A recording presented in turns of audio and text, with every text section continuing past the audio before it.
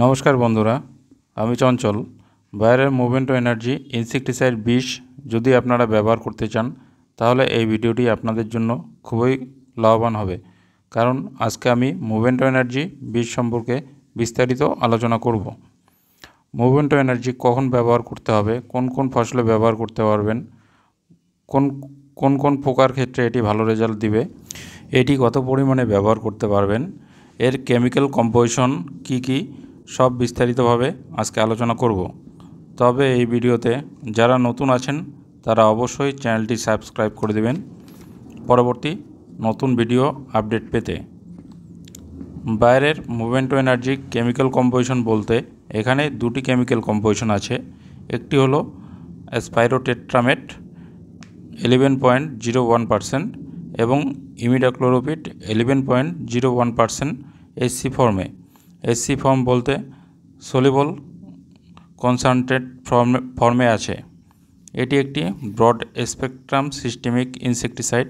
এর সঙ্গে এটি একটি দীর্ঘমেয়াদী কীটনাশক যেটি আপনাদের ফসলকে দীর্ঘদিন সুরক্ষিত রাখবে এবং এটি দুটি পদ্ধতিতে কাজ করে থাকে। একটি হলো জাইলেম এবং আরেকটি হলো ফ্লোয়েমের দ্বারা। জাইলেম বলতে এখানে শিকড়ের মাধ্যমে এবং ফ্লোয়েম বলতে পাতার মাধ্যমে কাজ করে থাকে। যদি আপনাদের বলি কোন কোন ফসলে এটিকে ব্যবহার করতে পারবেন, তাহলে আপনারা বেগুন, টমেটো, লঙ্কা, ঝিঙা, তরমুজ, পটল, করলা, ভেন্ডি ইত্যাদি ফসলে ব্যবহার করতে পারবেন। এছাড়া যদি পোকার কথা বলি তাহলে এটি থ্রিপস, সাদামাছি, এফিড, জেসিড, লাল মাকড়, মিলিবাগ ইত্যাদি চষি পোকার ক্ষেত্রে খুবই ভালো রেজাল্ট পাবেন। এরপর আসবো ডোজ। এটি কত পরিমাণে আপনারা ব্যবহার করতে পারবেন। এটি আপনারা 16 লিটার জলে 16 ml হারে ব্যবহার করতে পারেন।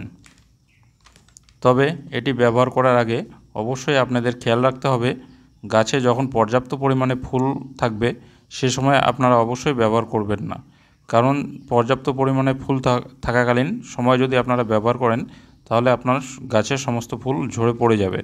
অতএব আপনারা হয় গাছে যখন পর্যাপ্ত পরিমাণে ফুল থাকবে তার আগে, আর না হয় ফুল থেকে ফলে পরিণত হওয়ার পরে এই বিষটি স্প্রে করবেন। এতে আপনারা ভালো রেজাল্ট পাবেন। এটি আপনারা স্প্রে করলে 15 থেকে 20 দিন এর রেজাল্ট পেয়ে যাবেন। এছাড়া যদি ভিডিও সম্পর্কে আরও কিছু জানার থাকে তাহলে অবশ্যই আপনারা কমেন্ট বক্সে কমেন্ট করবেন। ধন্যবাদ। মানে ওই জাতিরই গাছ